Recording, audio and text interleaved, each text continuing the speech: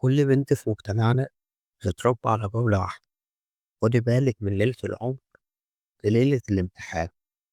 فجأة اللحظة اللي المفروض تكون بداية حب وسكينة بتتحول للجنة امتحان مرعبة. الكل مستني النتيجة وكله بيحكم عليكي. بس السؤال هنا: هل الليلة دي معمولة علشان ترضي الناس وتثبتي شرفك، ولا عشانك انت وشريك حياتك؟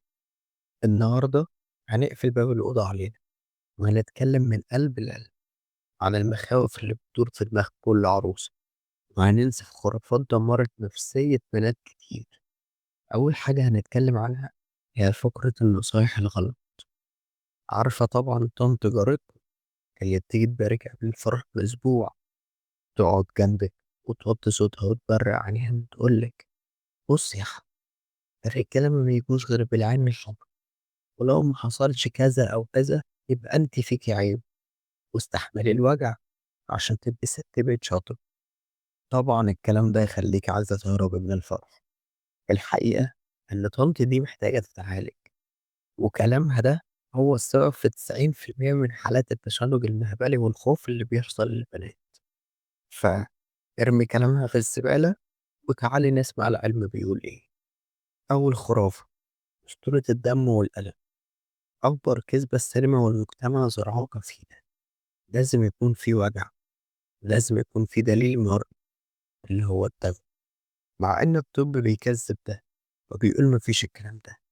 غشاء البقارة ليه أنواع كتير ومعظمها مرن جدا، وممكن يحصل فض من غير نقطة دم واحدة، من غير أي سرير. الألم مش دليل عفو، الألم دليل إنك متوترة وعضلاتك مشدودة. فلو كنت مرتاحة وما حسيتيش بوجع فظيع، ده مش معناه إن فيك حاجة غلط، ده معناه إنك فاهمة جسمك وشريكك متفاهم. تاني خرافة: فكرة السباق. هو مين قال إن كل حاجة لازم تخلص في أول ليلة؟ دي مش مهمة عسكرية لازم تتم قبل الفجر. أنجح العلاقات هي اللي بتبدأ تدريج، ممكن تاخده يوم، اتنين، أو حتى أسبوع، كله عشان جسمك ياخد على وجود شخص تاني معاه. جسمك محتاج أمان قبل ما يحتاج أداء، ولو حس بالأمان كل حاجة هتمشي طبيعي. طيب، المفروض تستعد إزاي؟ الاستعداد مش إنك تشتري أغلى قميص نوم، الاستعداد بيبدأ من دماغك، من تغيير الفكرة في دماغك. أول حاجة، افهمي جسمك.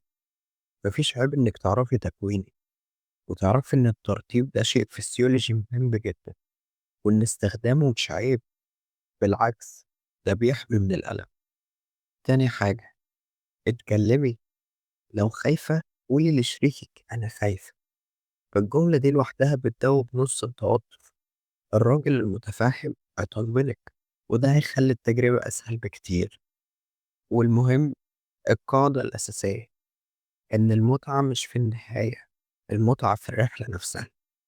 العلاقة مش لازم تكون زي الأفلام، ممكن تضحكوا، ممكن تتلخبطوا، ممكن توقفوا في النص، كل ده طبيعي، وده اللي بيعمل ذكريات حقيقية.